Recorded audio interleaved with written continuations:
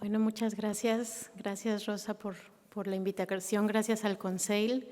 Es muy imponente estar en este teatro y estamos, la verdad, todas las que hemos construido esta mesa muy contentas de poder estar en este espacio y hablarles de nuestros feminismos migrantes y de encontrarnos desde esas historias de vida, desde esas trayectorias, desde esos saberes, con todos los otros feminismos y con todas las otras trayectorias de vida que estamos aquí presentes. En estas jornadas que lo que nos convocan es aterrizar nuestros feminismos, nuestros sentipensares en nuestra tierra, en la realidad cotidiana, en la problemática cotidiana que todas tenemos. Entonces, como decía Rosa, vamos a tener esta primera parte un poco para poner en común algunas ideas sobre el feminismo comunitario. Y luego la parte más interesante, me parece, pues va a ser el diálogo donde podremos escuchar a mis otras compañeras. ¿Qué son los feminismos comunitarios? ¿Alguna de ustedes ha oído hablar de feminismos comunitarios? Si quiere levantar su mano. Súper, excelente. Entonces podremos luego en el diálogo seguir profundizando. Yo voy a dar unas pinceladas, pero entre el saber de todas podemos irlo complementando. El feminismo comunitario se entiende fundamentalmente, a ver si lo hago bien, no, y así lo reivindican muchas de sus creadoras, de sus gestoras, de sus promotoras, no como una teoría, pero sí como un saber que emerge sobre todo de la acción política.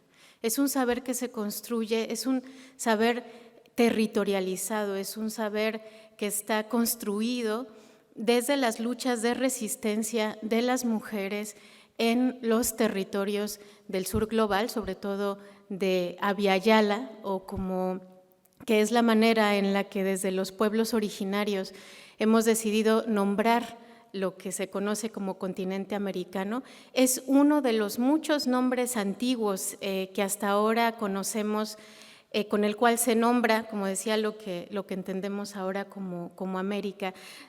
Su significado es muy bonito, significa tierra en plena madurez o tierra de sangre vital. Qué lindo, ¿no? Es una manera de entender la tierra no como una demarcación geográfica administrativa, sino como, y eso vamos a hablar un poquito más adelante, como aquel lugar que nos da arraigo. Es un vocablo que viene del cuna, que son los pueblos originarios fundamentalmente de Panamá y de Colombia, pero hay otras maneras en las que se ha nombrado el continente americano mucho antes de que llegaran los españoles y que justamente en esta colonización pues se ha ido perdiendo estos saberes. Por ejemplo, para los pueblos mayas, el continente americano se conoce como el Mayab y así podemos ir rastreando otras maneras de nombrar el mundo que no estén solo centradas en la mirada europea. Entonces, este saber que emerge de la práctica política y que se sistematiza sobre todo gracias a compañeras feministas comunitarias e indígenas de Bolivia y Guatemala, busca cambiarlo todo, ¿verdad?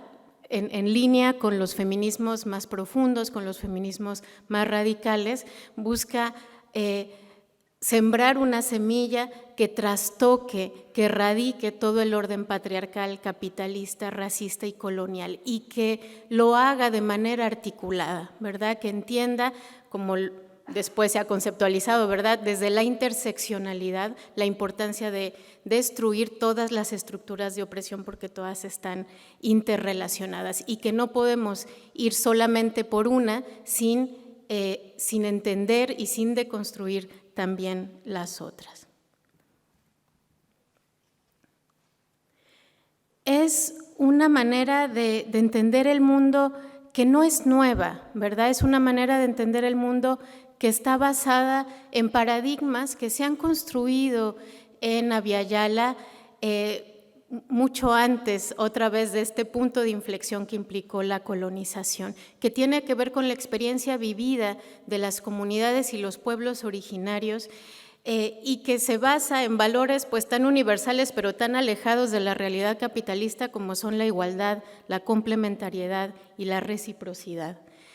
Se basa en una noción que me parece muy potente, que las compañeras mayas han definido con mucha claridad, que es el respeto de la red de la vida, que es esa conexión, esa red, ese tejido de seres vivos que convivimos en un mismo espacio, en la cual no hay jerarquías, ¿verdad? Donde lo humano no es lo central de la existencia y donde entonces es el equilibrio y la complementariedad de esta red de la vida, es entender que somos vulnerables y que nos necesitamos las unas a las otras, las que nos permite construir este tejido vital. Y es el respeto de esta red de la vida la que tiene que guiar la construcción social, la organización económica, la organización política.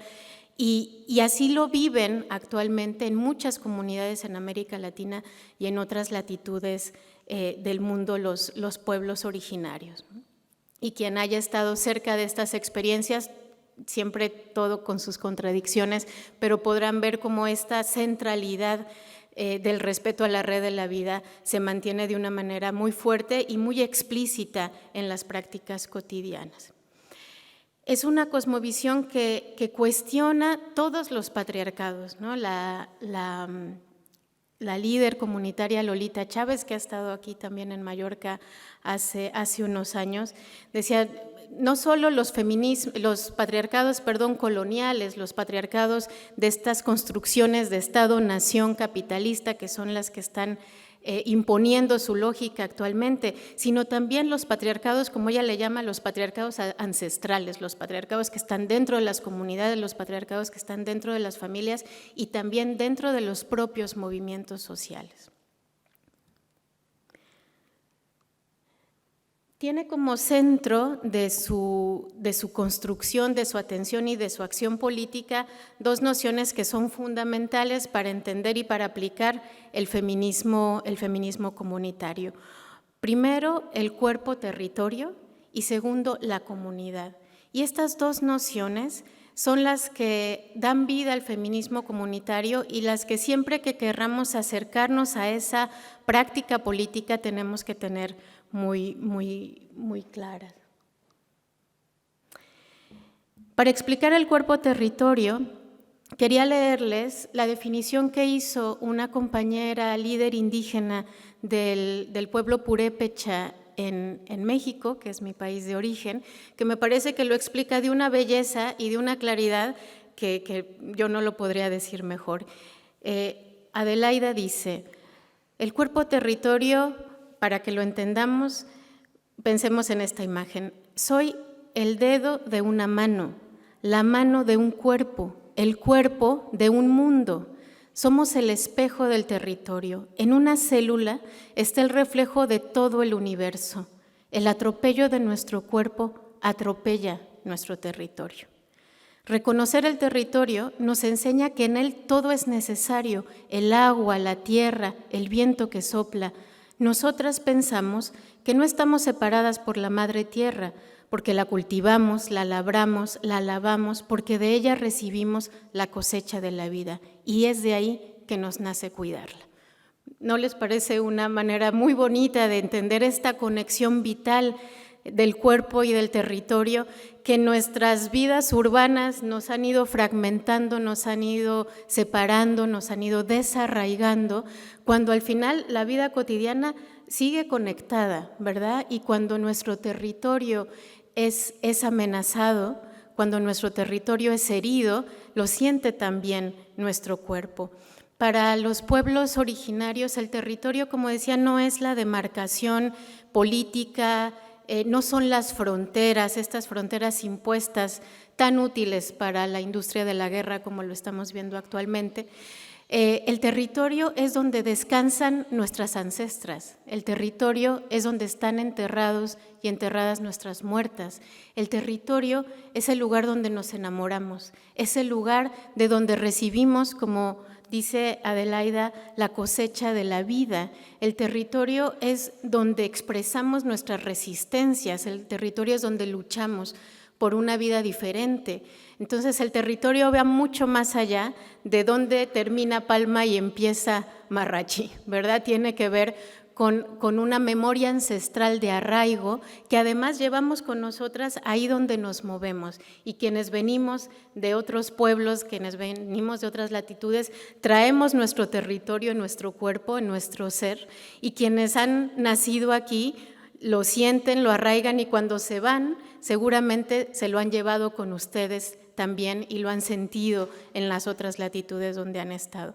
Entonces, esta manera de entender el territorio rompe con las fronteras del Estado-Nación, con las fronteras capitalistas, y nos permite apropiarnos de nuestro territorio, incluso en las condiciones más difíciles. Yo pienso donde vivo ahora, que es un barrio del centro de Palma, en Canamund, un lugar que ha sido vaciado por toda esta presión turística, donde se han perdido las tiendas de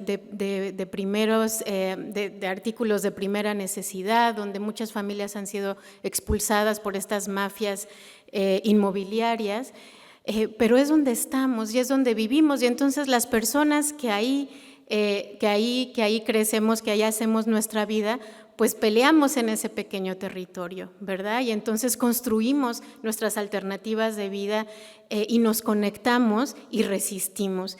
Y nos apropiamos de esa manera de un territorio que intenta ser dominado. Y lo mismo, con una potencia obviamente mucho mayor, lo vemos en Guatemala, con las compañeras que defienden su territorio de las empresas extractivas, muchas de ellas de capital español, que llegan a devastar sus territorios y el medio ambiente.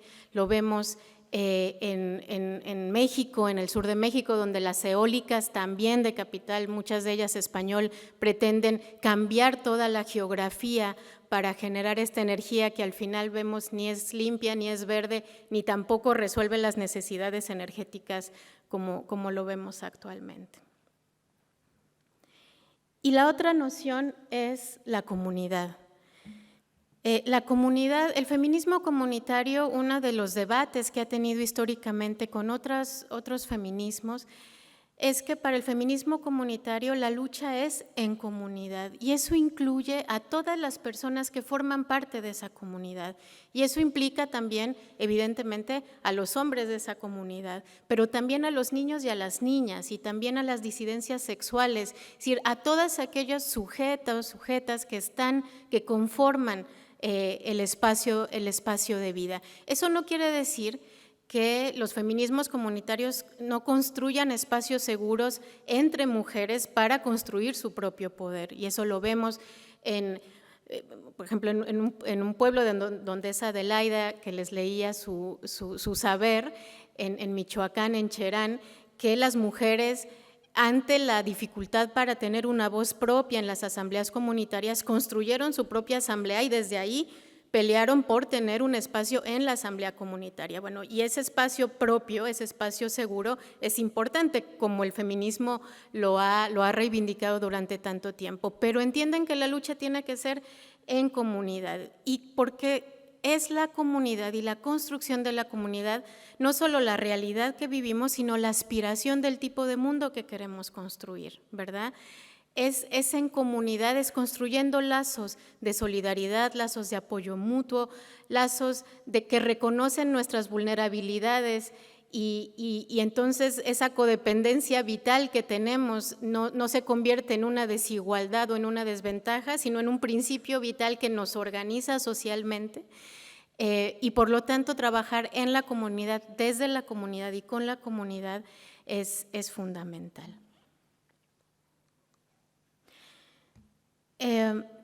Y para hablar de esto, que a lo mejor puede ser muy abstracto, espero estarlo explicando de manera sencilla, pero quería poner dos ejemplos que para mí han sido una inspiración y para muchas otras mujeres y pueblos y movimientos sociales alrededor del mundo. Una son las comunidades garífunas de Honduras, el pueblo garífuna de Honduras, que, como decía, no tiene una demarcación que se ajuste a los municipios, a las localidades con las que el Estado hondureño ha definido su lugar, y los territorios zapatistas en México, que bueno, que seguramente muchas de ustedes los tienen también más cerquita en la experiencia. Que estas dos experiencias nos dan algunas claves de cómo hacer vida el feminismo comunitario. En estos territorios, por ejemplo, hay una apuesta central por la soberanía alimentaria. En el caso del pueblo garífuna, por ejemplo, rescataron el cultivo del coco en un territorio devastado por la palma africana, por los plantíos de palma africana que están destruyendo todo el ecosistema originario, y han hecho del cultivo de coco no solo una manera de resistir frente a la palma africana, sino también una manera de fortalecer su propia soberanía alimentaria, ¿no? Y los pueblos zapatistas, pues obviamente en el cultivo del maíz, que es una señal de identidad, de vida y de nutrición tan importante, que en muchas zonas del sureste de México fue una cosecha que se fue limitando, por ejemplo, por el cultivo del café, por extensiones gigantes de café de la Nestlé, que fueron reduciendo el cultivo de maíz, debilitando la soberanía alimentaria, y cuando bajó el precio del café, pues ya no hubo cómo obtener los ingresos vitales para vivir. Entonces,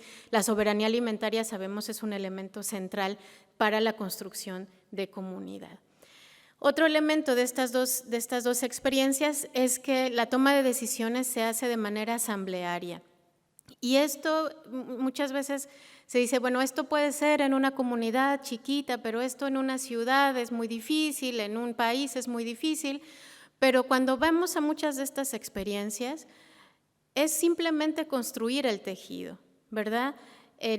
Las comunidades zapatistas lo han hecho de una manera muy potente y nos han enseñado además cómo hacerlo, pero hay muchas otras expresiones en México, en el occidente, por ejemplo, frente al crimen organizado que estaba destruyendo la vida literalmente y de una manera terriblemente cruel de todas esas comunidades. Se empezaron a organizar primero por calles. Entonces, en cada calle había un comité vecinal que protegía la calle. Luego esas calles se organizaban por manzanas.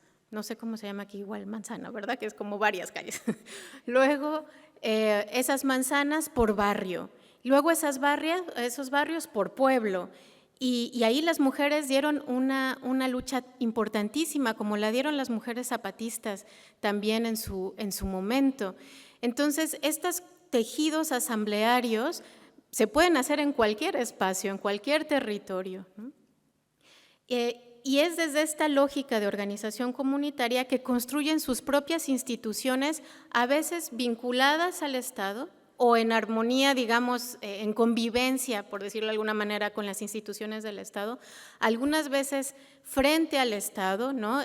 Para contraponerse a instituciones del Estado profundamente corrompidas o inoperantes en muchos casos, o como una manera de construir otra manera de configurar la sociedad y la estructura y la organización social. En mi país, por ejemplo, en muchos pueblos la mejor manera de pelear contra el crimen organizado fue literalmente sacar al presidente municipal y todos sus funcionarios y todos los partidos de la comunidad y construir una estructura nueva, porque estaba de tal manera corrompido todo ese andamiaje que no había manera.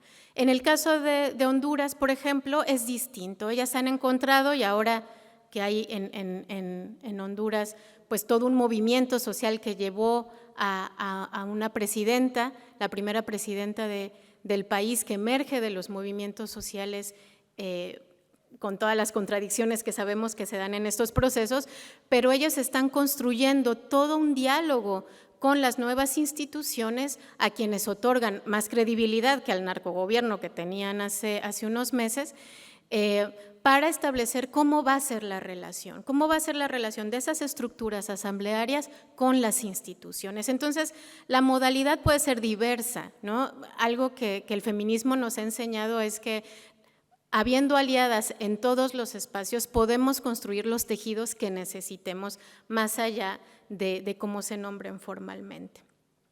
Otro elemento muy importante de estos ejemplos es que tienen un especial cuidado en los cuidados colectivos. Entonces, la crianza, la educación, las tareas de limpieza, de cultivo, etcétera, se hacen de manera comunitaria y colectiva, de tal manera que eso también modifica en la práctica muchas de las relaciones de poder desigual que se dan, por ejemplo, cuando hablamos de los cuidados y del trabajo doméstico. El pueblo garífuna, cuando empezó la pandemia, hizo una cosa que para mí fue muy impresionante, viéndolo desde aquí, viviendo ahora desde aquí, y es que en menos de 2 semanas instalaron 17 centros de salud comunitaria, hicieron una asamblea con todo el pueblo, regresó muchísima gente joven que trabajaba en las ciudades porque se quedó sin empleo. Toda esa gente joven se organizó para limpiar las comunidades, desinfectar todos los espacios, cocinar para todas, porque muchas familias se quedaron sin nada con qué comer, y cuidar a las personas mayores, porque su principal preocupación era no perder a las personas, a las adultas mayores, porque en ellas, desde su cosmovisión, se encarna toda la herencia y toda la ancestralidad de su pueblo. Un poquito diferente, ¿verdad?, de cómo nos organizamos por aquí. Y esta manera de entender los cuidados, pues también es algo que, insisto, podemos hacer. Y aquí hubo muchas expresiones, ¿verdad? Los edificios que se organizaron para cuidarse de un piso a otro, los pueblos que hicieron colectas, toda la red de Supermutu. No es tampoco una realidad ajena por estas tierras. Bueno, no sé cuánto me queda, pero tú me vas diciendo, Rosa. Yo quería intentar pensar un poquito, pero creo que eso lo vamos a hacer mucho más con las compañeras que van a estar a continuación, pues cómo podríamos construir un feminismo comunitario aquí en Mallorca y cuáles serían los ingredientes que podría tener este feminismo. Y entonces, con esa parte quisiera un poco ir cerrando. Primero, y un elemento central, es reconociendo, como decía Rosa en un inicio, quiénes son, dónde están y qué podemos aprender de los saberes de las mujeres migrantes y sus colectividades. La diversidad que convive en este territorio es enorme, pero las distancias que nos separan también son enormes. Entonces, un primer paso muy sencillo es mirar a mi alrededor y mirar y conocer esas vidas migrantes que están al lado mío y conocer a esas personas que venimos de otras latitudes y aprender de ellas. ¿Quiénes son y cuáles son los saberes de las comunidades migrantes en Mallorca y en especial los saberes de las mujeres y de esas trayectorias de migración que han sido fundamentales para sobrevivir y para enfrentar una gran cantidad de problemas que nos pueden dar muchas pistas para resolver problemas aquí y que nos conectan. Bueno, el año pasado en el Aura Varela, que también el Consejo organizó, empezábamos una conversación parecida, pues recordando las migraciones también que se han dado del pueblo mallorquín hacia otras latitudes por muchas de las mismas razones que ahora nosotras migramos, por el hambre, por la guerra, y muchas familias tienen en su trayectoria vital historias de migración, entonces no son tampoco realidades tan lejanas de nuestra experiencia, ¿no? ¿Qué podemos aprender de las colectividades y las luchas de las mujeres migrantes, como decía, para resolver problemas comunes? América Latina, Viayala se adelantó en la entrada al capitalismo salvaje y al neoliberalismo. Empezamos a tener esa receta neoliberal del Banco Mundial mucho antes que aquí, o sea que hay mucho que aprender de qué pasó, de qué se hizo mal y de cómo los pueblos resistieron, y todo ese saber está en muchas de las mujeres que migran justamente por el desastre que ese neoliberalismo construyó. Y finalmente, ¿cómo podemos conectar y articular estos saberes con las experiencias de construcción comunitaria que se han gestado en Mallorca históricamente?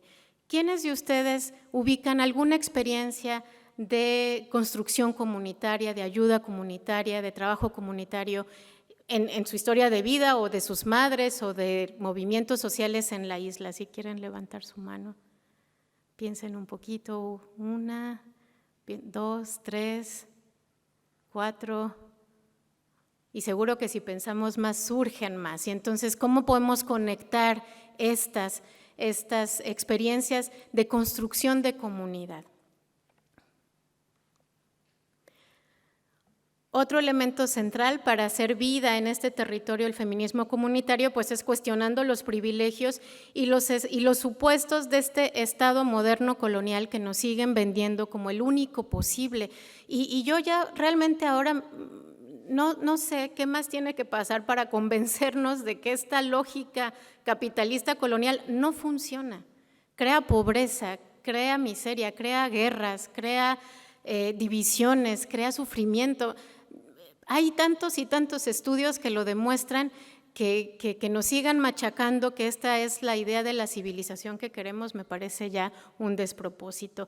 Y tenemos que preguntarnos, ¿es sostenible un mundo basado en la explotación colonial, en ir a otros territorios, saquearlos y devastarlos y provocar migraciones masivas?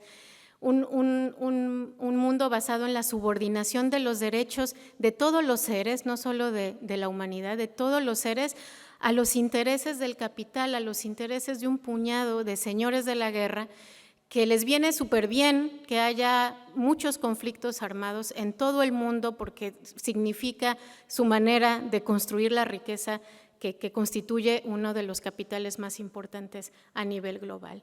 Queremos vivir en este mundo, en un mundo donde hay millones de vidas condenadas al racismo y al patriarcado para sostener los privilegios de una mayoría. ¿Es este el mundo que queremos? Volviendo a mi barrio, a Canamunt, ayer me estaban diciendo una gente de la Asociación de Vecinos, hay ya 3 o 4 fincas completas que van a ser una sola casa. Cada finca de 3 o 4 pisos va a ser una sola vivienda, ¿verdad?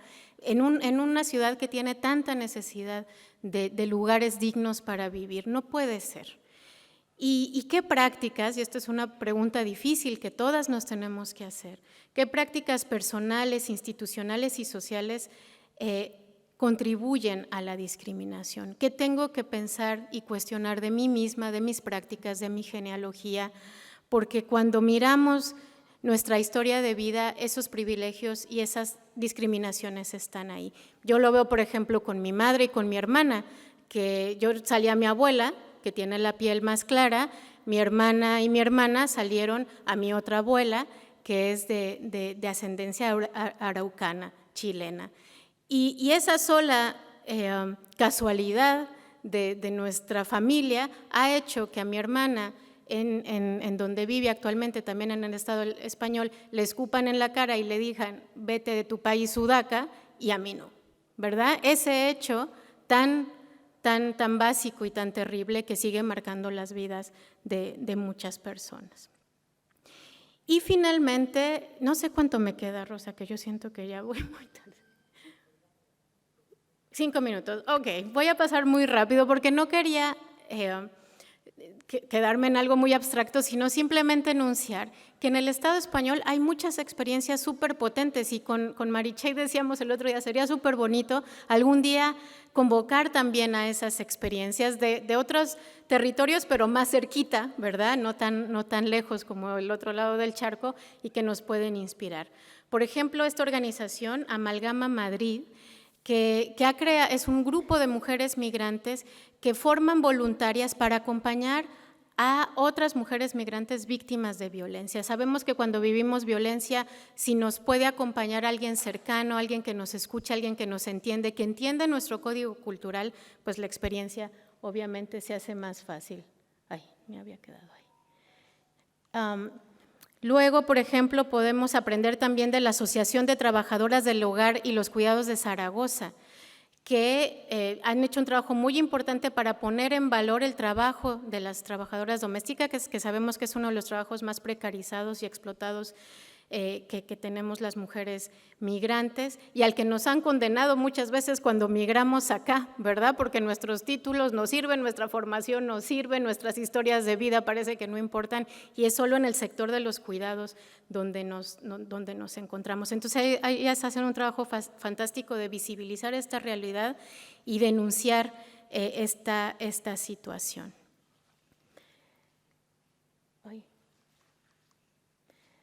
Luego, bueno, y como ellas también, por ejemplo, están las comalas en Madrid, que hacen un trabajo súper bonito de educación con las personas que contratan trabajadoras del hogar y los cuidados, ¿no? Y hacen todo un trabajo, sí, de educación, de formación, porque para emplear dignamente también se necesita saber, y esta es una colectiva de trabajadoras del hogar y los cuidados, tanto en situación regular como irregular, muy potente también en Madrid.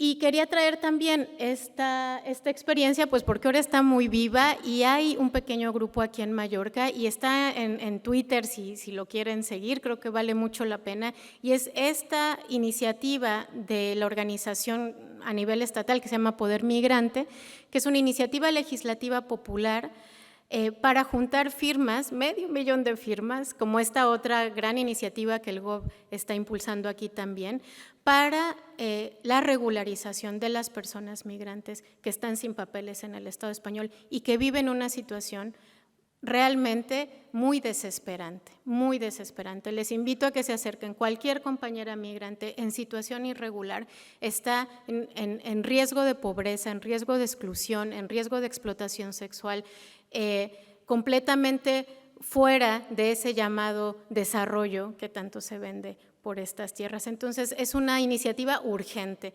y se están recolectando firmas, va a haber muchas actividades en estos meses, así que pues aprovecho para invitarles. Y bueno, eso no quedó muy chiquito, pero simplemente, y luego podemos compartir la presentación, hay muchas construcciones teóricas que se han hecho desde otros lugares, ¿verdad? Los feminismos andinos, los feminismos negros, los feminismos caribeños, los feminismos islámico-feministas, los feminismos comunitarios, como decía ahora, los feminismos transfronterizos y esos feminismos que conectan y destruyen fronteras, como el trabajo que hace Caminando Fronteras y Elena Maleno, que por cierto próximamente le van a entregar el honoris causa aquí en la universidad, y que hace ese trabajo con las comunidades migrantes de denunciar la necropolítica de las fronteras en el Estado español. Hay muchos referentes teóricos de los que podemos seguir todas juntas aprendiendo y territorializándolos, ¿no? Arraigándolos, situándolos en el territorio donde estamos. Bueno, yo lo dejo aquí. Muchas gracias.